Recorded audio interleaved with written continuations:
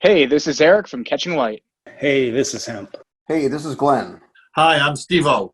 Hey, this is Drew Hines with Hindsight Imagery. This is Matt Callahan at Digimatty Photographic Services. Hey, this is Jason, and welcome to Tales from the Pit.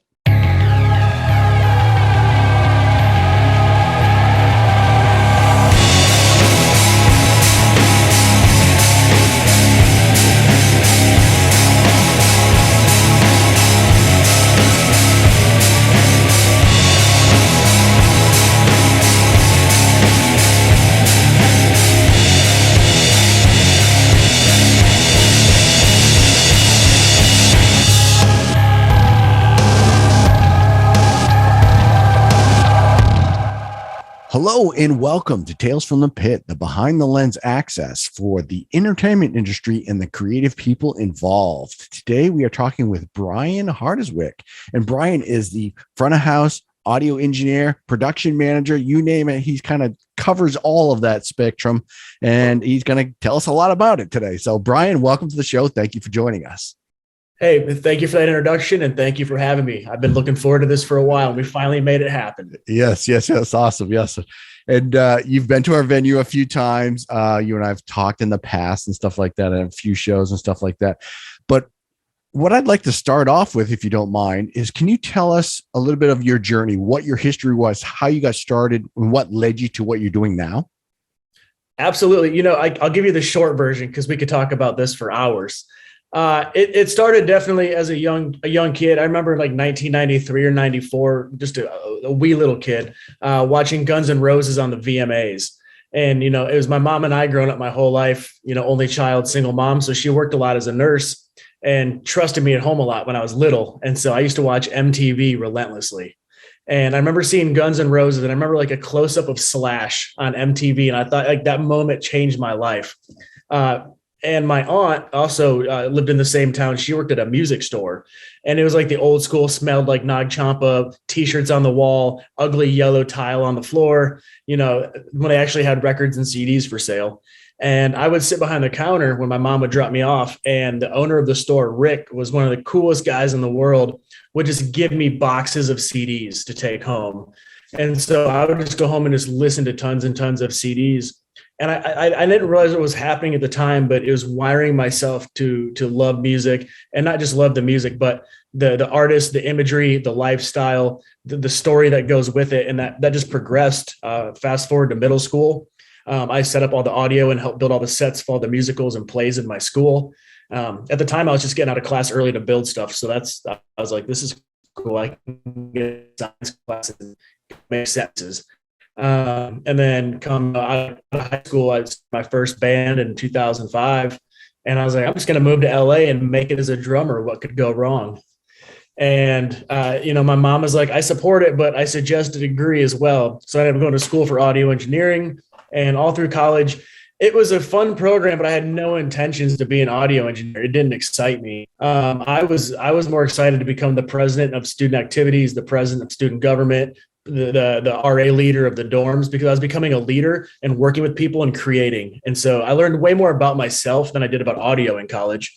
And then that, out of school, I played in bands, and that led to in 2011, I saw a band called Popevil. They're opening for Papa Roach and Hailstorm. And long story short, met the guitar tech that night, and he's like, we really need some help on stage. And I swapped numbers, and he's like, we'll call you. Like everybody said, I was like, yeah, likely story. But, being from South Dakota, your resources are very limited. It's not like Nashville or LA or New York where there's endless opportunity. There's not a whole lot in South Dakota for this industry. And sure enough, July 21st, 2011, they called me, and I was getting ready to go jet skiing with some of my buddies. And I remember looking at my phone. I had like that old Kyocera blue screen phone that everybody had for a long time. Yep. And it just said Popevil Guitar Tech. And the message said, hey, what are you doing? ? And I knew at that moment, like that was my call. Like that was the door finally opened to the industry. And I called him back, and he's like, we need you tomorrow in Jackson, Mississippi. So I called my mom. We booked a flight. I packed a bag, and I didn't even move out of my house. I had my roommate just throw everything away: my bed, my dresser, clothes, everything. I literally up and left overnight and never went back. And, fast forward almost 10 years later, or 10 years later now, it's just grown and grown, and it's been relentless networking and persistent drive. and always just, you're only as good as your last show, and really trying to build myself and my brand. That's there's a lot of information there, dude. That's pretty cool. Let's kind of go back first and talk about a few things. I want to hit on a couple of things first. Yeah. Drummer. So you said you're a drummer. Yes. I've seen a lot of your drumming videos. You sound like you're a really solid drummer. It sounds really good. What was going on musically for you back then? What was your influences? What were you guys doing? All that sort of stuff. Yeah. So my influences came from, first and foremost, 80s hair bands: Winger, Dokken, Motley Crue, Skid Row, Poison, Def Leppard, Wasp, Autograph, you name it. Like, that's what I was so infatuated by, because at the time, like in the early 90s when I was a kid, that's still like what my mom and aunt were listening to. And so I thought it was the coolest thing. Like Motley Crue by far. My favorite band, funny enough, is Skid Row. And that happened, I got given the Slave to the Grind record. And I remember playing it in my CD player. I didn't know what I was hearing or what was happening, but I was so infatuated with the guitar tones and the drumming and the songs that it became my favorite band. And I used to look at, if you look at the CD, the first, not Slave to the Grind, the first album, the self-titled, it's got the 5 band members like on the top of it, but I never knew who was who because we didn't have the internet then. So it was so funny. Like, I thought Rachel was actually the drummer. I thought Rob was the singer. I thought Sebastian was the guitar player. Had it completely wrong. So I grew up on that. So when I got old enough to start bands, my thing was active hard rock. Like, that's what I was really into. And I got older and started finding bands like Crossfade, Dark New Day, 3 Days Grace, like that whole slew of bands as that started coming out when I was old enough to actually start and travel and tour. That's what we went after. So the most time I spent in a band was called And Remote. And we played for about 2.5 years in South Dakota. And we did the whole, like, we had the look, we had matching shirts, we did some stage antics. I used to wear more eyeliner than my mom did. But in South Dakota, it was cool. There was a hip hop scene, there was a country scene, there was like kind of, the hipster scene. And we were definitely like the most in your face rock band because we were taking notes from everybody around us, and it was kind of helping project us. And we also, we'd get a lot of scuff for it, if you will, from people. But I think some of that was just jealousy because, we were okay with following the grid and following the system that was working for other people. And, unfortunately that came to an end pretty abruptly when we had a couple cool things happen. Started another band called Stiletto. And that was a very like Velvet Revolver, The Cure influence, kind of like big dramatic guitar riffs, big, like 4 on the floor, like cool drum stuff, like very flamboyant vocals. And unfortunately the guitar player ended up taking his life like 6 months into starting that band. And so I got to the point where, I've been in several bands and I was like always the last man standing. I would do like a lot of the booking. I would do a lot of the financial investment, the promoting, MySpace, blah, blah, blah. And every time a band would end, it was just Brian. And then it was like, start the next one. And I think I just got to a point where I wasn't burnt out. I didn't give up on it, but I knew there was more. And I just didn't know what that more was for me. And that's kind of when I transitioned to that Popevil thing when they needed help as a drum tech. But I'll be honest, I was very like, I don't really want to go watch somebody else play drums. I want to play drums. So my whole plan when that happened was just to go out as a drum tech for a little while and find a band that needed somebody. Excuse me, but not realizing that, all these bands I'd be working with had very, secured positions. As they do, which of course that makes sense now looking back on it. I probably did the touring circuit of bands for like five years. And we did have some cool moves, and we did have some industry interest and some label interest, and we played with some great bands. I just, there's always a bigger plan for people. And I'm glad that I realized that because, had I not taken that chance with Popevil to go out on the road, I may still be in South Dakota trying to start a band at this age. Yeah. At some point you kind of like look around and go, oh, wait a minute, something's not happening here. Exactly. Yeah, you kind of have to swallow the pride a little bit. Yeah. So that first call from Popevil, Popevil is one of my favorite bands. I think that's originally how I knew who you were from Popevil, years and years of following Popevil. And one hell of a drummer to be teching for. I assume it was Josh at the time. It was, it was Josh the whole time. Yeah, that dude is a beast on the drums. Holy cow, that guy is amazing on the drums. He is, and that's just him all the time. Like he's not gentle about anything. But I mean, his energy and his, the way he plays, the way he looks, the energy he brings, it just takes things up a notch big time. It does. I mean, when Haley came in the band, she had some big steps to follow, but she did awesome. I mean, Haley's awesome as well. So I couldn't personally, I from a fan perspective, I think they couldn't have gotten anybody better than Haley. Absolutely. I remember when that whole I knew Josh when, he told us he was, making a change in his life and going back to buy the gym and start, his businesses. And that was a huge talk of like, how do we find someone to replace us? And I'll be honest, and it's kind of been talked a little bit. There was interest in me coming in and playing. I knew the parts. I played in the band a couple of times, but the thing was, in that position, you don't really want, and I'm not comparing myself to him, but we do look a little bit similar. We had tattoos. We kind of were the same high energy players, blah, blah, blah. And it made sense to, it almost, and I have no problem saying this about myself, but be kind of getting like the diet version of what he was doing. And I even realized that too. So when the band was looking and management was talking about it, it was all in agreement that like they really had to find someone that wasn't the same as him, but that was different, but still high energy and fun and a great player. And when Haley came in, I remember the first day I met her, she was the sweetest person in the world. She came in and I heard her accent, and I'm so fascinated by world travel and where people are from and their backgrounds. And her and I sat down and talked for a while and hit it off right away. And I guess I worked for the band for about a year while she was in and teched for her while I was mixing front of house. And we had a blast, and we still talk, I would say probably at least once a month. Like we'll have a personal Conversation, or if there's a show, pre-COVID, we'd go hang out and have a beer and catch up. She's a great not just drummer, and great musician. Yeah. Through and through. She's a properly trained performance musician and player. Yep. And a very sweet person too. I mean, she's very genuine. She is hilarious. Absolutely hilarious. She has a heart of gold and I always say she had $1 million personality. Yeah. Awesome. When it came, all right. So let's talk about that phone call and what happens following that phone call. So you get the phone call, come out here, tech for the band. Yeah. What immediately happens? I mean, you said you just discarded everything and you just jumped on the bus. Yeah. What was your job? What were you? I mean, because you're coming from not knowing anything, I assume. No, I mean, other than knowing how to set up a drum set, that was it. I knew nothing about audio, nothing about mixing. I knew a little bit about signal flow because I had my own little like personal studio that we could do demos on.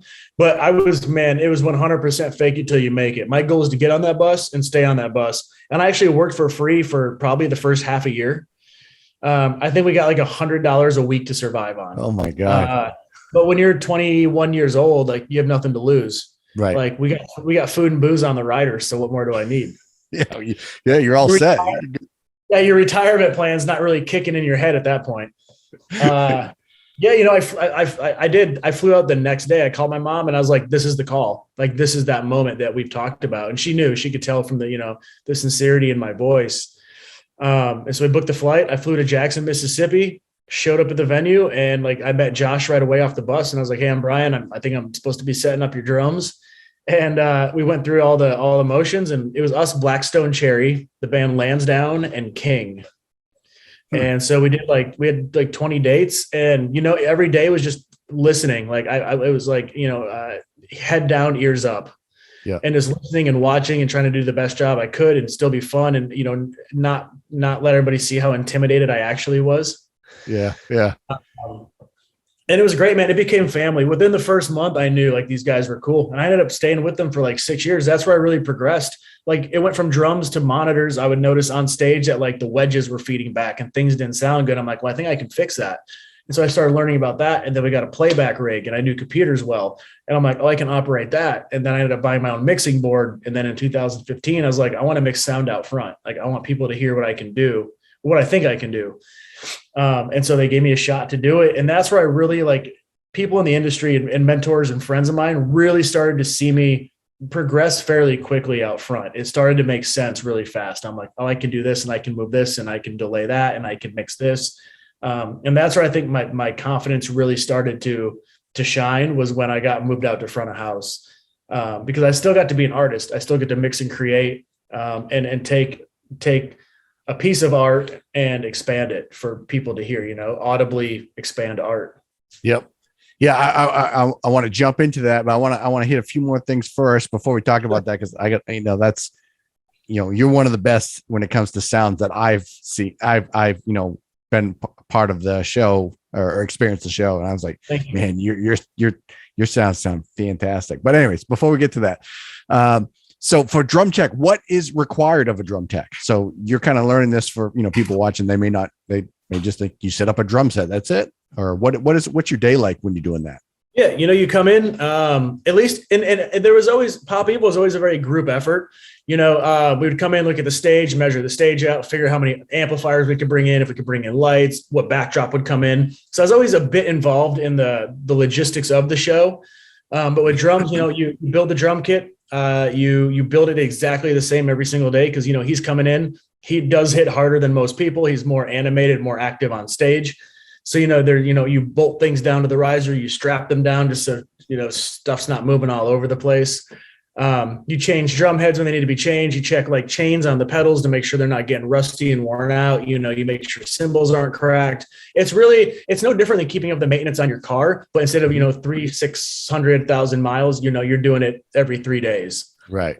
Sometimes he would break stuff nightly. I mean, there's days where he'd be in the middle of a show, like playing, and break a snare drum, and I have to wait for like a count where he like puts his arms back, swap out that snare, put the new one in, put the mic back on before that next downbeat. So you're just like a pit, the tire guys in the pit crew, just waiting for that car to pull up. Yeah, like my job is to be there and just watch and have it. Just like it's like having your buddy's back. Like you have his back. You make sure he has the best show he can. Some nights are great. Some nights there's things that happen that you can't prevent, and you really have to learn. I think one of the biggest things I've learned is you really have to take the emotion out of a lot of things. Because if somebody's mad or upset or heated, it's not personal. A show is live. It's by the second. Yep. It can't be replicated or duplicated. It's live. Yep. And so, and obviously we're all human beings. So sometimes when you're in the zone, something's going on or somebody gets heated, you just have to learn that it's business. And then at the end of the show, you have a beer about it or a high five or a fist bump, or you talk about it and you're good to go. And that was a big thing to learn. And Popevil was always super cool. And Josh was very chill. Yeah. But it's like anything, like even at home, like you can do something and, somebody's better half can get on you about it. And you're like, hey, sorry. And you're, as a musician, as you and I are musicians, when you're on stage and you're delivering that in front of people and something doesn't go the way it expects, it's, it reflects on you. So it's an emotional, reaction that, you're just really, really working to deliver a product. So yeah, absolutely. Very much so. And again, you do your best to deliver, and you can have everything absolutely flawless, perfect, all signals flowing, all systems a go. And like you break a stick and it falls out and hits the lead singer in the eye and knocks his eye out, and he falls off the stage and hits his face on the barricade and the microphone gets broken. Like nobody can play for that. Yep. When it comes to, your first time riding in the bus and being locked in a bus with a bunch of people for several months at a time, I assume, what was your expectation and what was that first tour, being stuck in a bus? Did you know what to expect? Was there any rules, any of that stuff you had to kind of figure out? I mean, I just tried to stay out of everybody's way. Like you're always welcome in the front lounge. You're always welcome in the back lounge and on most buses. There's communal food in the fridge. If it's not, you put your name on it. Like basic rules, kind of like when you have a roommate. If I always grew up with having roommates in all my houses or roommates in my dorms. Yeah. So that kind of in the back of my head prepared me for living on a bus. Granted, it's much tighter quarters. But my thing was just to stay out of people's way. And as I got more comfortable, I would hang out more in the front lounge and hang out, and people would be like, oh, you want to have a drink? Do you want to watch a movie? But until you like really learn it, the craziest part is we had 12 people on that bus, and that's 12 different personalities. That's 12 different types of OCD. That's 12 different types of cleanliness. Some people are, my bed has to be made. My phone charger gets coiled up. My pillow has to be straightened. Everything is folded. And then you'd have some people that just lived out of a trash bag. Like, yeah, it was very dynamic in itself. And Lee is a very like clean, particular person. Yep. Everything is in a very specific order. Everything flowed in a certain way. Every week was very repetitive. And I like that because it kind of helped encourage everyone else. And honestly, for of all the bands I've been out with, I've never been on like a really dirty bus or a really unorganized bus. Everyone is, you only have so much space. Everybody tries to be as respectful as possible. Yeah. I've heard a lot of stories. We've had a few others on here that, I mean, even Mike Prodich from Red Sun, when he was opening up, he was talking about, just, being crammed in a van and stuff like that, and not knowing when your next shower is going to be and stuff like that. Yeah, So. I got real lucky. I got to like skip the whole van world. I went straight to tour buses. Nice. And now with like a knee that's a little on the offside, my back and whatnot, like not having a bed is just not an option. Right. Speaking of that, how was sleeping on the tour bus for that first? I sleep like a baby. Story. I sleep so good. In my first like month or two on the road, I was on the very bottom back driver's side, and we blew an airbag out, and because the bus can raise and lower to make sure that it's always level. And everyone on the bus woke up. They said it sounded like a shotgun went off on the bus. Snoozed all the way through it. I slept through that. I slept through the shop, and I slept until like we were at the hotel. And I woke up, and everybody was like, "How?" And I slept like a baby. And then going home was hard because you're not used to your bed not moving. Yep. But now I have a pretty good balance, like being off for 2 years and then going back on the road. I slept pretty all right. The first few nights are a little weird. I'm a very like, if the bus sways or moves or like I hear a horn, like I wake up immediately. Yeah. That's the thing for me is it's just being able to relax in that environment. That's a hard thing. But we had Shelby on, and Shelby was like, dude, I'd rather sleep on the bus every night than sleep in my own bed, just because he likes the motion and stuff like that. I guess I don't know. Yeah, that's awesome. So you go from Popevil, you spend 6 years at Popevil, and you're moving through the ranks. You're starting in front of the house, or what was happening? I mean, because you're doing a bunch of different things. You said both was front of the house. What was that transition? It happened right around when Haley came in, because when she came in is when the band really started getting more a trajectory and started growing more like graphically. Yep. And so the tour manager, Chris, at the time was doing audio, but he was getting so busy where I could see, and we all I could see that he was just had too much on his plate. And I was like, well, I was in a position where I was ready to go out front and start mixing. The band trusted me. And so I went out front and started mixing and just started talking to mentors and really diving into that. And we were able to bring somebody else in to kind of fill in like my position on stage. And so once we got my position on stage filled, I moved out front, and I also started taking over like some of the production roles. And granted, at that time they didn't have a whole lot, but I would help with like parking and hotels and the show schedule and like, where stuff was going to go, how many stagehands we needed. And one thing people don't realize is there's a lot of back work that goes into advancing a tour, especially now, like fast forward to like an In This Moment show where there's a CO2 order. We have rigging in the air. We have mid-stage truss. We've got co-headliners. We've got 2 buses. We've got a semi. We've got 20 people on the road. And now even like with Starset, which has just happened over the last week. Now, I mean, this band, we're carrying a laser light show. We're carrying video walls. We're carrying CO2. We have like 60 moving lights on stage, which it's not massive in the scheme of things, but for this caliber and of the size rooms that we're playing, it's a lot. And you really just have to make sure that everyone is so prepared for every day, because you only get like 1 minute in our industry is like 1,000 minutes for most. Like it's every single second counts, and you can't be late. Like we have sound curfews, we have all age curfews. Yeah. Like it's got to be right. Yep. No missing. Yeah. And like, I mean, you said a bunch of things I want to talk about, but Starset, I mean, is one of my favorite bands, and their visual delivery of their shows. There's so much cool tech sort of look and style to their stuff. There's like so many moving parts for a show that, I assume you guys just have to be constantly on your A game to make sure everything's going off as cute. This is the most hours I've done on a tour yet. So this tour is I've been calculating every day, 18-hour days, start to finish. Wow. So, walk us through so like right now, what is your day on, like yesterday, what was your full day with the show? Yeah. Okay. So yesterday was Chicago House of Blues. I'm off the bus at 8 a.m. I meet up with the house production manager. He walks me through the whole venue, so I see where all the dressing rooms are. So first thing I do is I'll get all the signs up so everybody knows, like, stage this way, dressing rooms this way, catering that way, meet and greet this way. So I make sure I get that done right away, because that way that saves time from the band and everybody texting and asking where everything is at, which sounds silly, but that's like, 20 or 30 minutes of texting everybody can be eliminated. Right. So you eliminate that. Then I set my office up and I basically get my computers out, all my files, folders, set up my road case. And that just, I get prepared for settlement. We do this big VIP meet and greet every day where we build a second stage on the floor with a PA. And basically it's a 1 hour build just for that. It's basically like MTV Unplugged. So I make sure we have enough stagehands for that. I make sure that our crew has everything they need, the semi trucks in place, the bus drivers are able to get to their hotel. So like the first a couple hours of the day are all just logistics. Yeah. And then, so yesterday by noon, I went downstairs, got stagehands, started building the PA for the meet and greet, started getting that patched in. That's 17 channels of audio, guitars, keyboards, MIDI, microphones. And then by that point, we're about 1 o'clock rolls around, 1:15, the band comes down, we sound check on stage. That takes 35, 40 minutes to get them good up there. Then they walk off stage, come down on the floor, another 30 or 40 minutes of sound check for the VIP acoustic show. That's done. They go upstairs. I go back to the office, hammer out any emails, settlement information from the night before.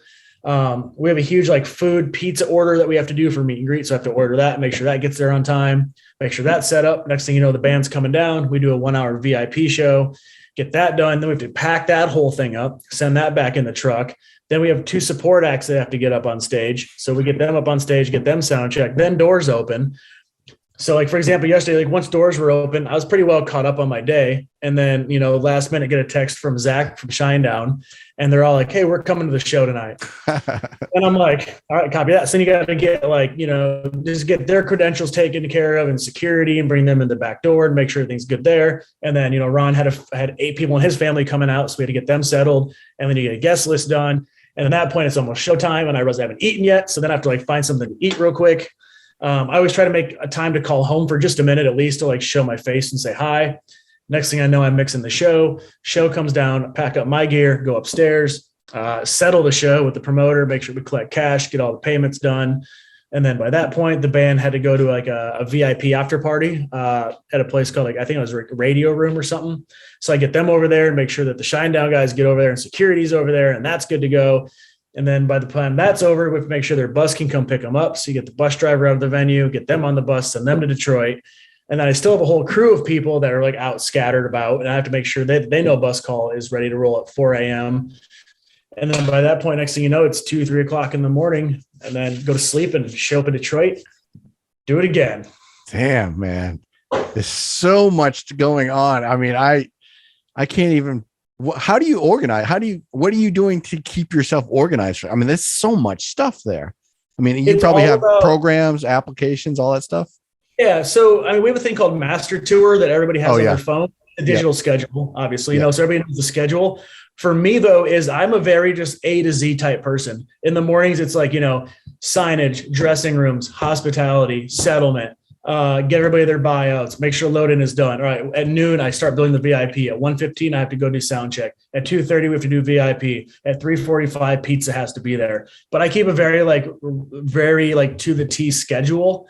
And that allows me, and I just have a checklist. And actually, so these right here, these 4 folders are my saving grace. So it's Jeez. I got one sheet is hospitality, one of them is for example, all my signage that goes up and shows arrows where everything is at. And so and I actually have a sheet and I just check it off throughout the day and I write times next to it and I compare it to the day before. And it's really it's what I just have to follow that order.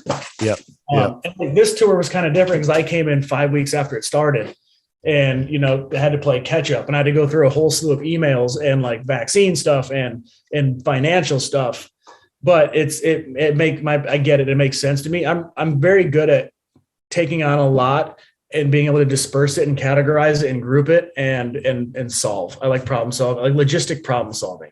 Yep. Well, I mean that sounds like you're right in the right place for all that stuff. I mean, it sounds like your way of thinking and this requirement. I mean, it's a puzzle piece coming together, basically.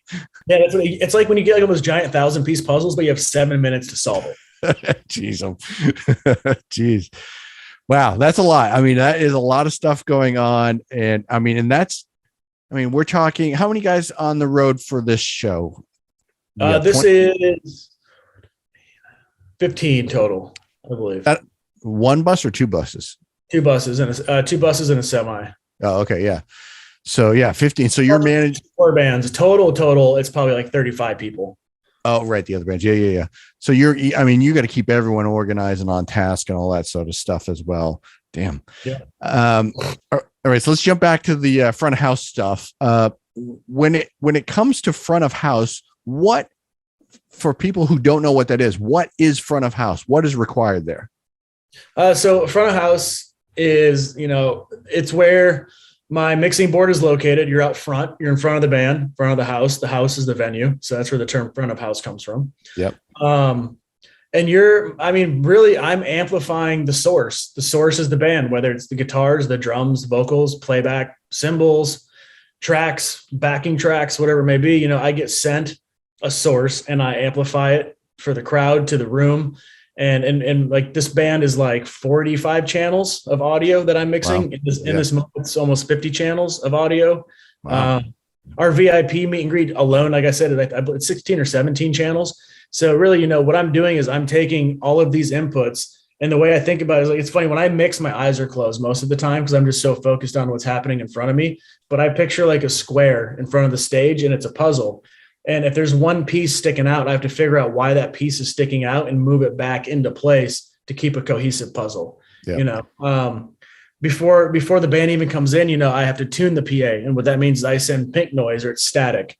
The reason I send static is it's got representation of, every frequency in the spectrum, 20 to 20,000. And, if one frequency is sticking out more than the other, you can hear it. And so I go through and I do that, and I have to make sure the time alignment is correct. Sound low end travels at a different rate than high end travels. So you have to make sure that, if your speakers are this, it's going to sound different than when they're right on top of each other and properly delayed. So once that's delayed, then once I EQ the PA and it sounds good, my whole idea is if I'm a painter, I want a white slate. Right. I want to paint my picture on a completely white slate. If I don't time align and I don't EQ, there's going to be coloration, or, my picture might have a tree on it. I don't want a tree. I want it to have a house. Yep. And so that's really my best description of front of house. Yeah. Cool. And when it comes to that, we'll probably get a little technical here, but I think from what I understand, it's probably common for you to record the previous night and then play it after you've neutralized the room, the PA in the room, and then you play it. Can you talk about that a little bit? Yeah, so that's called virtual soundcheck. Yeah. I use a program called Tracks Live, and what Tracks Live does is it records the whole show the night before, and it's just recording the raw audio. So 48, 50 tracks, how many ever tracks of audio, records that. The next day I come through, time a line, tune the PA. And like, for example, In This Moment, it doesn't come in soundcheck. They never have. They just have other stuff going on. They're busy. Maria's busy during the day. Chris has his things going on, blah, blah, blah. And so then I will just use my virtual playback. So I route it through my audio desk, hit play on it, and it's going to basically give me an exact representation of what I'm going to hear that night. Obviously, granted, her vocal may fluctuate a little bit because she's a human being, but the guitars are the same, drums are the same, playbacks the same, tracks are the same, cymbals are the same. And that really gives me the opportunity to mix the band. They're virtually there, not in real life, and come out 99% accurate to what I'm going to hear when they actually come out. And on like festivals, man, it's a game changer. Like we did Aftershock Festival this year with Metallica. And, they're like, you have 5 minutes to line check. Well, in my case, I had a computer, so I just hit spacebar and played the show from the night before, and I got to mix the entire song. And so I was slamming. Like we came out of the gate swinging hard because I had advantage. So I'm not the most up to date on technology. I stay up pretty current, but things like that can make or break. When I was mixing Skid Row over in Europe, I was using it and they didn't know that was a thing. And so Rachel came in and it was either like Youth Gone Wild or Monkey Business or some song. And I was playing it back and he's like, "What is that?" And I was like, "What do you mean?" He's like, that's us. And I'm like, "Yeah, it's from last night." And he's like, "Wait, you can record every night?" And I was like, "Well, yeah, I do virtual sound check." They come in every day because they're just so used to doing it from, they've been doing it for 30 years. But once I showed them that, there's a couple days where they had interviews and press because they do very well over in the UK and they're always busy. And it really adds confidence to the band because they know that even though they're not there in person, you're still getting a full sound check. Yep. And it was just cool to see their reactions. They were like, "Wait, so can I just hear my instrument?" So I went through and like soloed the bass and soloed Scotty's guitar and showed it to them. And it was awesome. Like it gives you a chance to sit with the artist and they can hear what's going on out front and either give you input or tell you what they like or what they don't like, or, can we try this? Can we try this delay? Can we try this EQ? And it really adds confidence on both ends. Yeah. I want to talk more about Skid Row in just a second, but when it comes to festivals, you had mentioned that the crazy requirements of festivals and stuff like that. And you just gave us a rundown of your day on a normal tour. What's the festival environment like for you when you're walking into that? 10 times faster. Oh, geez. Festivals, I say this, festivals are like a car show. Everybody wants the fastest, cleanest, loudest, coolest car, AKA the show. So somebody like within this moment is we don't scale the production down. Like she wants the full show.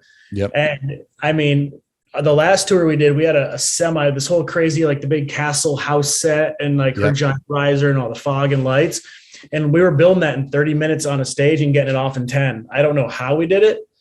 I really don't. I don't remember it. I just like black out when the show's over because we just have to move so fast.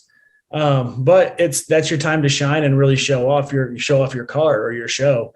Granted, there are some little production, changes like, we can't do confetti.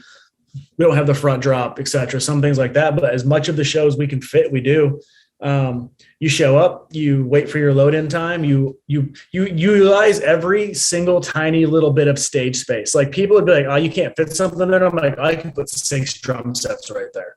You know what I mean? Like the tiniest little space, anything that you can build and prep, you want to. It's like the Super Bowl. And so you try to build your set and your production Super Bowl status where it's like, we go on at 4:00, we get the stage at 3:30 and everything needs to snap and bolt together as quick as possible. And connectivity has to be right the first time. And we're making 100, 200 connections on our show alone. And then as soon as like that, you hit unmute, you better hope that show works. Yep.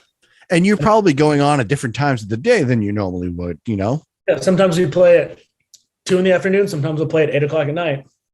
So if you're playing at 2:00 in the afternoon, you're cranking everything out to get done. And then the rest of the day, you're like, all right, we can just kind of chill out for a little bit or. Yeah, I mean, I love to network and talk to people. So when we're done, I'll just go walk the festival and I'll watch pretty much every band. I'll go check it out. I really want to see what people sound like and what gear they're using. I always have at least a couple of favorite front of house engineers on the festival. So I always go to try and say hello and, see if they need a water or a beer. Yeah. Hang out backstage is really cool on festivals because it's just a huge hangout. Like, I mean, it's funny too, because In This Moment is known as like the band that they don't party really at all, honestly. But we always set up a bunch of tents and hang out. But for some reason, it's always like the whole group will come around our buses and our tents. And like we've done festivals and no kidding, man, there's been like 100+ people. We did Carolina Rebellion one year when that festival was still going, and Vinnie Paul set up a couple of grills and he was making chicken wings for everybody. And then like some other dudes from Hell Yeah came over. Godsmack Sully was hanging out, running around like on a little moped. Ivan from Five Finger I don't even know what he was doing. Like everybody's just like hanging out. All the crew guys come over. It's just cool, man. It's just, everybody just hangs out. And it's when the weather's nice and everybody has great shows. It's one of the coolest hangs. Because, for me and a lot of people, like some of your idols are backstage, some of your biggest mentors are backstage, potential artists and clients that you're going to work for someday are back there. And it's cool. Yeah. It's I mean, I can't even imagine it. I mean, just being involved in that environment just sounds amazing. I mean, I do it from a photographer's perspective. We are on the opposite side, so we're limited to that stuff. So that's really awesome to sort of understand and see that. When it comes to your day off and stuff like that, like for example, for today, what do you like to do on your day off? What's your hobbies and stuff like that? My day off it's kind of split because there's usually at least a couple hours of emails or catch up that I'll do. I like on show days, I can do my normal work schedule, but if there's extra in there, it's kind of hard to fit the time in, or my brain can't process like doing it. So I'll put that off to my day off. And like today, I probably did about 3 or 4 hours of emails. Like I had to get COVID vaccine cards for the venue tomorrow. We had something got left at a venue. I had to book some flights home, blah, blah, blah. But my 2 biggest things are I like to go for a run in the mornings or mid-afternoon, even if it's at the hotel gym. It may be a 15-minute run. It might be a 2-hour run, but I just like to exert some energy. Kind kind of just try to keep my basic, my bones working, my joints working, not try to get too stiff, get a little sweat in. And I like to walk around. Like today, Detroit's a cool city. It's one of my favorites to really explore. So I just went out for a couple hours today and walked around, went down to like their little miniature Rockefeller Center where the tree was and the ice skaters, and checked that out, and went to Starbucks. After this is over, I think we're going to meet up for a drink at a cool little like hole in the wall bar. Last night in Chicago, I was able to sneak away for a few minutes and just made like a little loop around downtown. Went by like Lincoln Park, went by the Bean, saw the river, just take it in a little bit, try to just, enjoy where I'm at for a minute. Yeah. Nice. I'm pretty easy. Yeah. Is there like, when you get to see a tour list, is there places like, man, I can't wait to go there, or I don't want to go there, or anything like that? Do you have like must goes or must tos or anything like that? Let's see. So some of my favorite spots that we've toured have been Paris is absolutely incredible. We've done the last 2 times that we've went over there with ITM, I've flown over a couple of days early and just made time. Like there's a bakery that I love. There's a cologne shop that I like to go to. I love the top of the Eiffel Tower.